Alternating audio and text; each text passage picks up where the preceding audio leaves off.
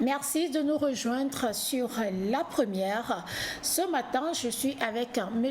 Atigan Kodjo Emmanuel, président de ACGE. Monsieur Atigan, l'Église aujourd'hui vous souhaite les bienvenus. Merci Amdia, merci aux téléspectateurs. D'accord. Et déjà, ACGE, pouvez-vous nous présenter ACGE? De quoi il s'agit? Voilà, ACGE, c'est Association chrétienne pour la gestion des églises. L'Association chrétienne pour la gestion des églises, je précise tout de suite que ce n'est pas un regroupement d'églises, ce n'est pas une fédération, mais c'est une association très simple et les membres ou bien ceux-là qui désirent peuvent être membres de cette association comme individus, peuvent être membres de cette association. Alors, pour continuer, je dis ACGE, nous avons comme vision d'être un instrument pour la promotion et pour l'organisation de l'Église.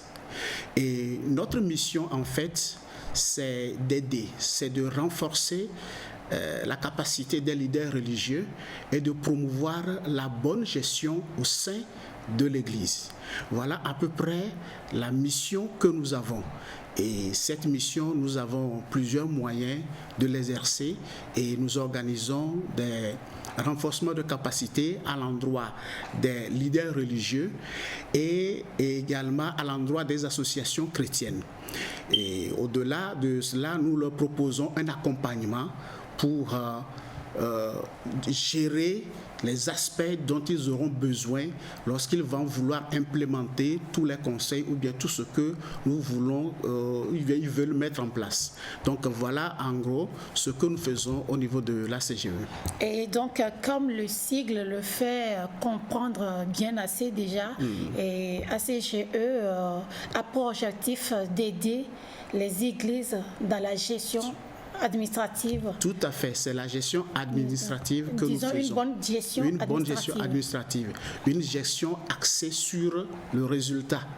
Donc, il ne faut pas que l'Église aujourd'hui ne doit pas être un rassemblement où on vient chaque fois faire ce qu'il faut faire puis repartir. Non, mais il faut un résultat derrière.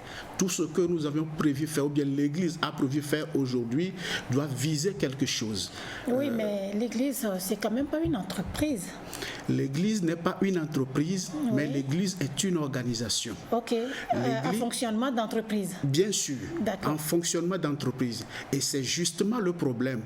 Les gens, ou bien on pense que ce n'est pas une entreprise. C'est pourquoi on a mis à l'écart les règles de gestion d'une entreprise et on gère comme on veut gérer comme ça, sans savoir qu'il faut respecter les notions de gestion. Parce que, quoi qu'on dise aujourd'hui, une seule personne ne peut pas diriger une institution ou un regroupement. Même Dieu, dans la Bible, vous allez voir, les enfants de Dieu ont un dirigeant et ont leurs assistants et chacun joue son rôle. Donc ça voudrait dire déjà que Dieu a organisé. Dieu a organisé. Vous allez voir des scribes, d'autres personnes, ainsi de suite, qui travaillent avec le supérieur. Donc ça sous-entend que même quand on parle de l'Église, il y a une gestion administrative qui doit être faite. Même avec Christ.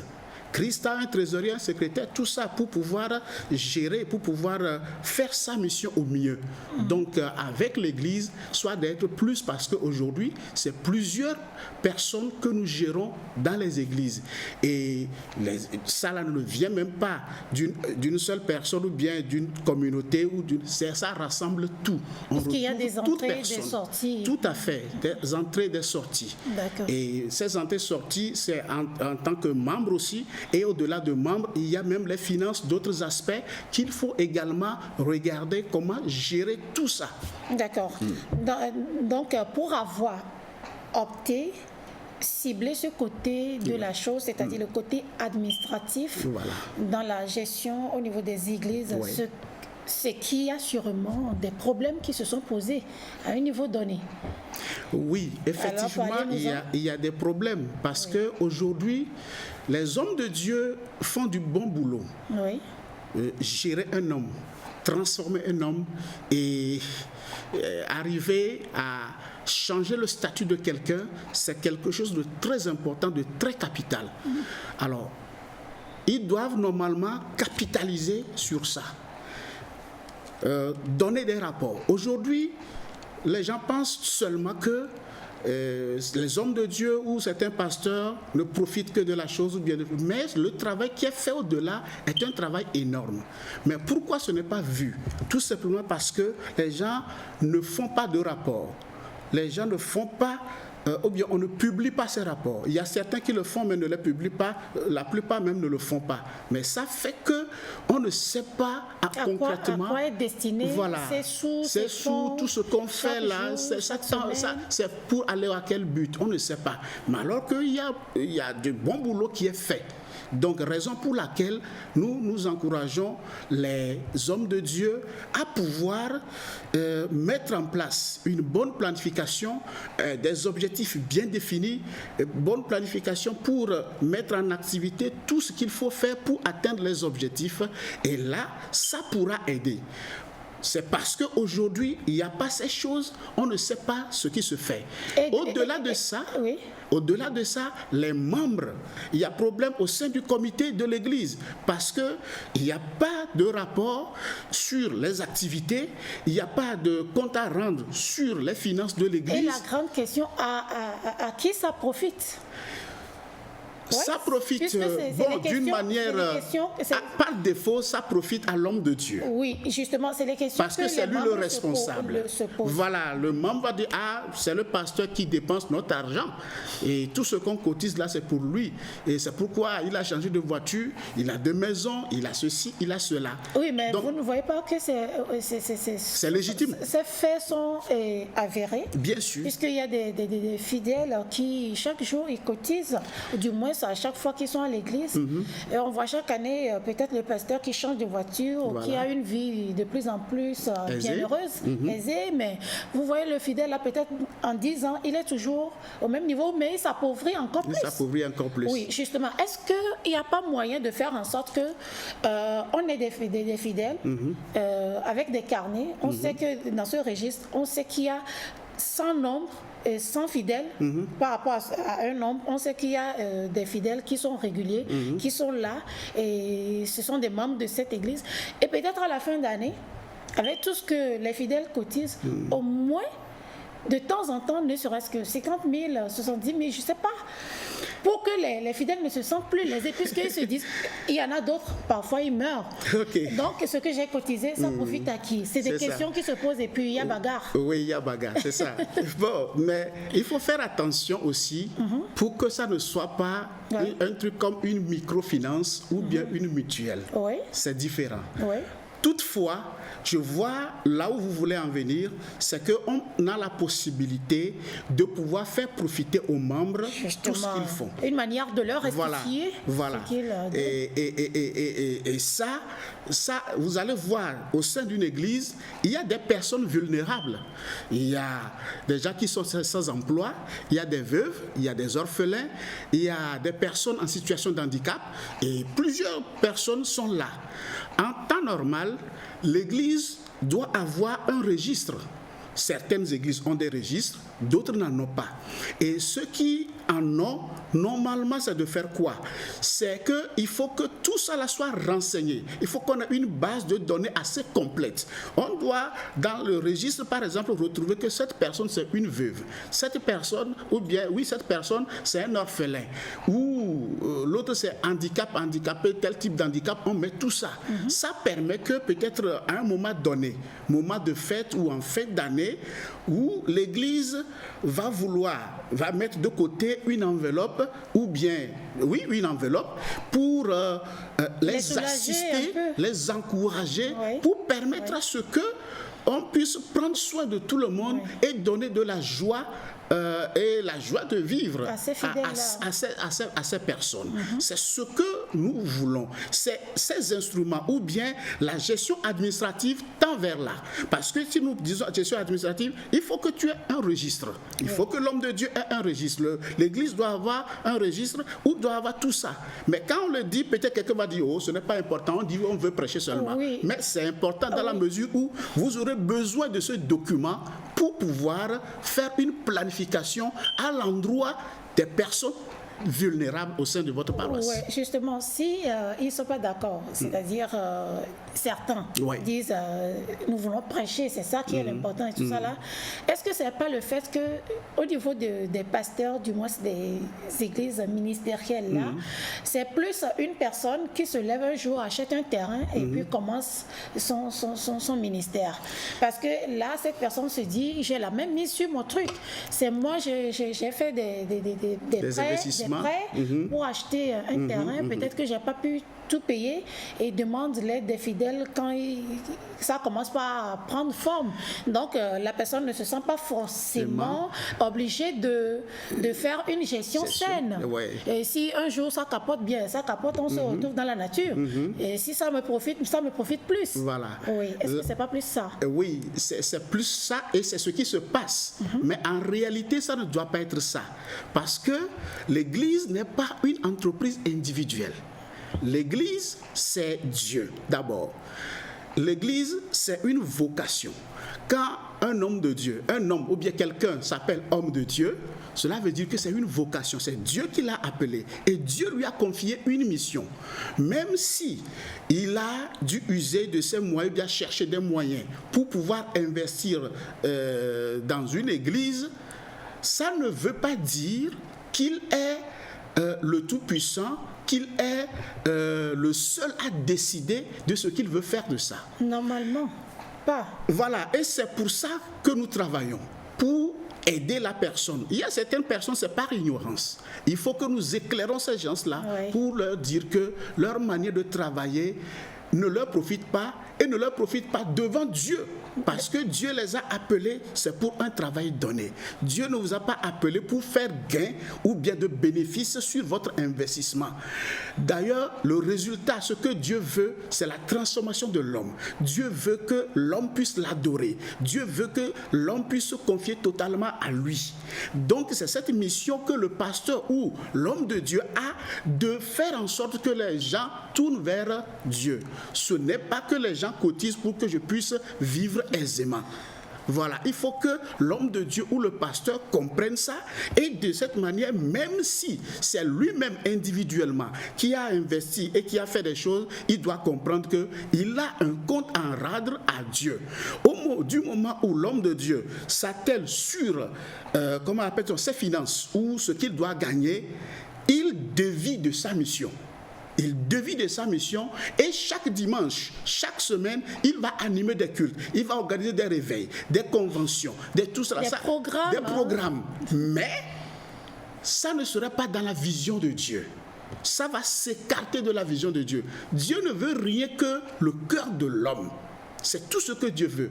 Ce qui sort comme argent pour le pasteur, en réalité, ce n'est pas ce que Dieu vise. C'est pas ce que Dieu vise. Malheureusement, l'homme étant l'homme, ça fait que son cœur va s'attacher à ça. Si il veut le faire, il doit se protéger. Se protéger, c'est quoi? C'est avoir une équipe de gestion. Un comité est là, qui gère.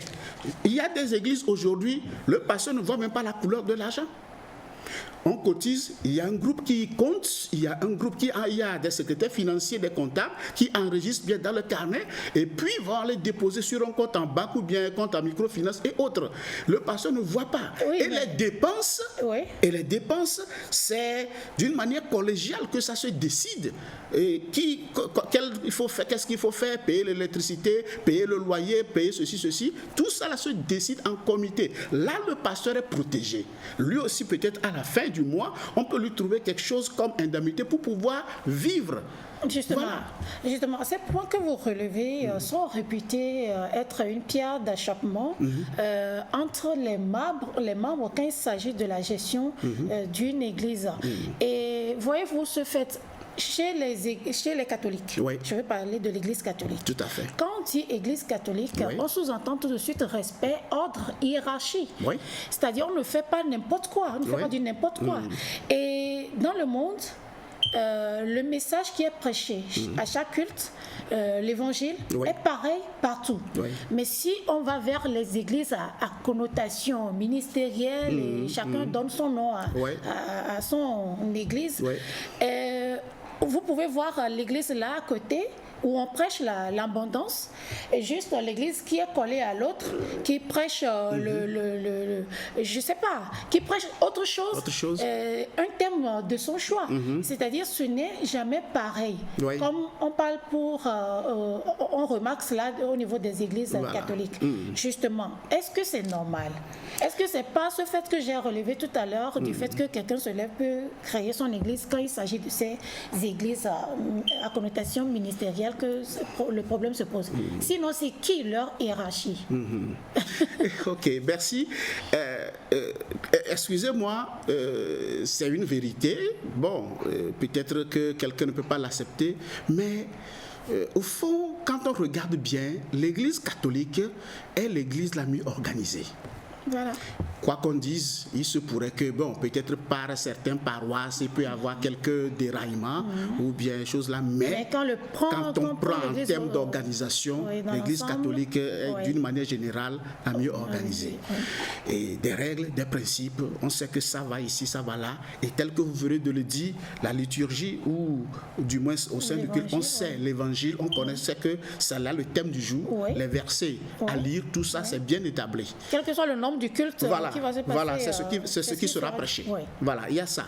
Et il y a ça dans certaines autres églises également. Souvent, vous allez voir ça aussi dans l'église presbytérienne et certaines églises aussi. C'est pour ça que je même pas.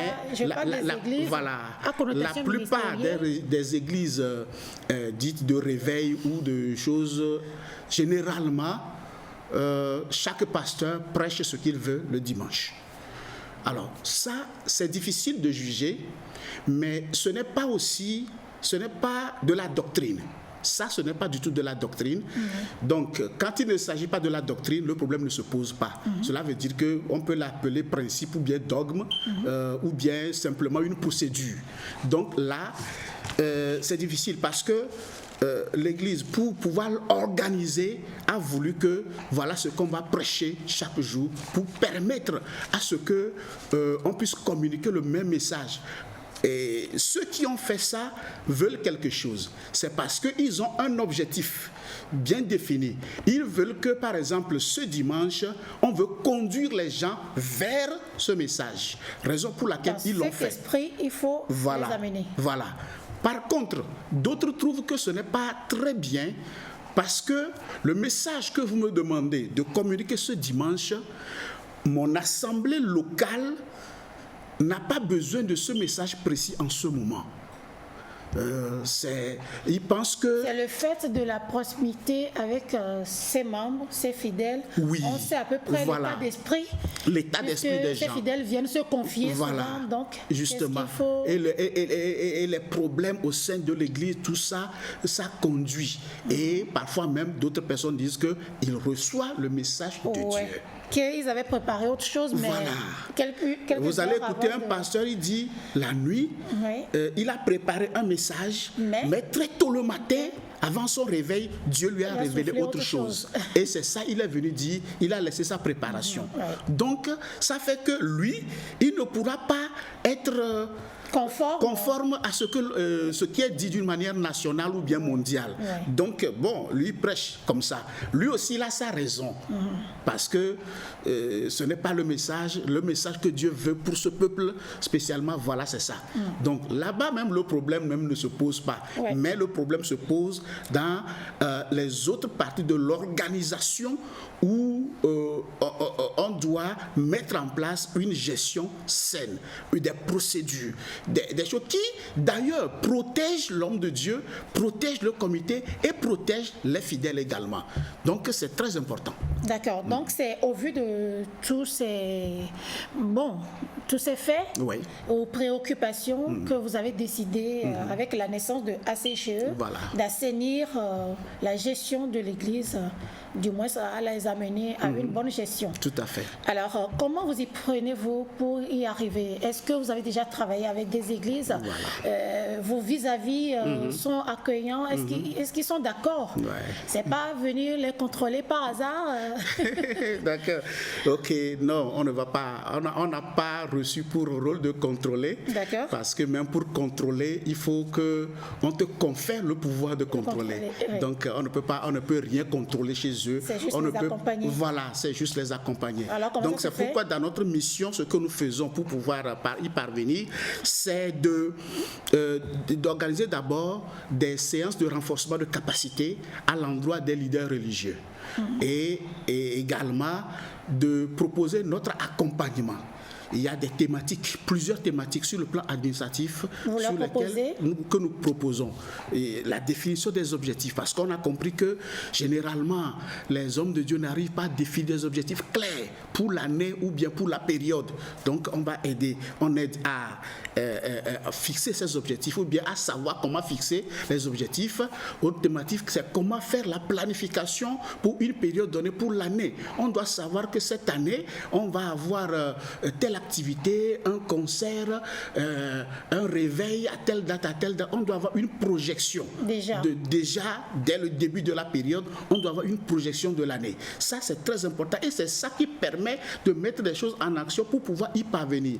En faisant cette planification, c'est parce qu'on a défini des objectifs, des priorités. Et maintenant, il faut les atteindre. Voilà, il faut les atteindre. Donc, comme il faut les atteindre, voilà les activités que nous avons planifiées pour les atteindre. Donc, on enseigne comment faire cette planification et comment faire le suivi, évaluation de tout ce que nous faisons. Et peut-être trimestriellement, semestriellement ou annuellement, l'Église doit se réunir, faire des réunions. C'est-à-dire, le pasteur avec son comité direct et son comité élargi doit pouvoir présenter un rapport où voilà ce que nous avions fait. Est-ce que c'est un déphasage de notre planification? Il faut évaluer tout ça, dégager les écarts et voilà, redéfinir ce qu'il faut faire la période suivante. Voilà un peu comment ça doit marcher. Et comment élaborer par exemple les TDR, parce qu'une seule personne se lève et dit on va organiser ceci. Mais comment ça va être organisé, personne ne sait. Les membres du comité ne le savent pas. Donc on apprend également à le faire. Et nous avions accompagné au cours de l'année passée certaines églises. Il y a aussi la pandémie aussi qui nous a freiné un peu. Ça fait qu'on n'a pas pu, puisqu'on doit rassembler les gens pour faire la formation. Donc il y a pas mal d'activités qu'on n'a pas pu faire. Néanmoins, on a quand même fait certaines formations et faire certains accompagnements pour certaines églises. Et j'avoue que ce n'est pas facile dans la mesure où aujourd'hui, il y a la peur. On ne sait pas d'abord de quoi il s'agit. Il s'agit vraiment. Ensuite, pourquoi on nous propose ça? Voilà. Et ensuite, on a peur que ça, là, si on le fait, je n'aurai plus la main, je n'aurai plus le contrôle de mon église. Tout va se. Voilà, je ne peux pas prendre tout ça. Non, en réalité, ça va aider plutôt. D'accord. Plutôt, si vous faites une gestion obscure, opaque, vous êtes chaque fois accusé. Or, quand l'homme de Dieu est soupçonné, est accusé, son message ne passe plus. Le fidèle est là. Il est là, mais il voit dans le pasteur, il voit son véhicule, il voit tout ça, et il voit l'argent, on ne fait jamais de compte. Son état, voilà son état. Donc il compare, il dit non. Donc quand le pasteur prêche, il ne l'accepte plus. Il ne l'accepte plus. Il écoute seulement, il fait d'autres réflexions. Voilà. Il est à la maison, il pense à d'autres choses, il dit tout ça là. Et voilà, ça crée des commérages dans la maison, dans les foyers. Et après le culte, on fait des commentaires. Et surtout quand l'église est en plus son épouse. Justement. Tout ce monde-là change à chaque fois de véhicule. Voilà. Tout le temps, pimpant, oui, tout ça là. Ça finit par grincer. Voilà. Raison pour laquelle il faut faire une gestion transparente et vous êtes à l'aise. Vous êtes à l'aise. L'homme de Dieu doit comprendre que Dieu pourvoira toujours à ses besoins. Alors, dans ce cas, les hommes de Dieu, quelle que soit leur confession, est-ce qu'ils ne sont pas appelés à faire autre chose aussi à côté de cette mission, cette vocation, afin de pouvoir justifier leur mode de vie, leur train de vie? Oui, vous allez voir dans certaines dénominations, le travail ou bien la mission du pasteur n'est pas à plein temps. Il vient à temps partiel et puis il va sa truc professionnel. S'il est chauffeur, il peut aller conduire. S'il est comptable quelque part, il peut aller faire. Et ainsi de suite. Il y a certaines dénominations qui adoptent ça. Par contre, d'autres, la plupart, veulent que le pasteur soit consacré à son ministère. Là, il ne doit pas se plaindre puisqu'on dit qu'il travaille à l'hôtel, vit de l'hôtel. Vit de l'hôtel. Donc voilà, il vit justement de ça. Mais c'est qu'il y a une manière de vivre de ça. Il ne faut pas être un profiteur. Faut pas être un profiteur. Vous êtes homme de Dieu, vous êtes à plein temps. Voilà, vous aurez toujours chose là. C'est soit tu as trouvé un moyen de restituer de temps en temps aux fidèles, comme des dons par rapport à ceux qui sont dans la nécessité. Voilà. Au moins là, ça peut passer. C'est important parce que ça fait partie du ministère ou bien de la mission. Mais plusieurs s'écartent de ça. On pense que c'est seulement prêcher. Vous allez vous rappeler, quand Jésus a amené une troupe en dehors de la ville, arrivé à un moment, on a dit que les gens ont faim. Quand les gens ont faim, les disciples ont dit, renvoyons-les, ils n'ont qu'à aller en ville pour aller acheter, à manger. Jésus leur dit non, trouvez-le vous-même à manger. Ça veut dire quoi? Ça veut dire que Jésus ne s'occupe pas seulement, ne veut pas s'occuper seulement de sa parole pour eux. Ils savent qu'ils ont d'autres besoins physiques ou biologiques. Ils doivent également se nourrir. Donc, il leur dit, faites ça vous-même. Trouvez-leur à manger. Et effectivement, ils ont trouvé à manger le jour-là. Ça veut dire tout simplement que le pasteur ou l'homme de Dieu doit faire des programmes à l'endroit des personnes vulnérables au sein de sa paroisse. Mais il ne peut pas le faire s'il n'a pas une vision. S'il n'a pas cette vision, s'il ne met pas en place des projets ou bien des programmes pour pouvoir subvenir aux besoins de ces personnes. Combien de chômeurs tu as dans ton église? Combien de maçons tu as que tu peux aider? Prendre en compte chaque couche sociale afin de s'occuper de... D'accord. Alors, merci beaucoup, M. Atigan. Merci à vous. Ça a été un plaisir de vous avoir. Et j'espère bien, nous pensons du moins que le message est passé et que la hiérarchie de toutes les églises, quelle que soit leur tendance, prennent acte de cela afin d'aller à une meilleure gestion saine de la chose. Une église, on le sait, c'est pas une entreprise, mais c'est quand même un fonctionnement d'entreprise. Donc, il est important de faire une bonne gestion de la chose. Eh bien, je vous souhaite un très bon dimanche et bon retour chez vous. Merci. Merci donc à tous nos téléspectateurs de nous avoir suivis. Eh bien, très bon appétit chez vous. On se retrouve donc la semaine prochaine. Portez-vous bien et que Dieu nous protège tous.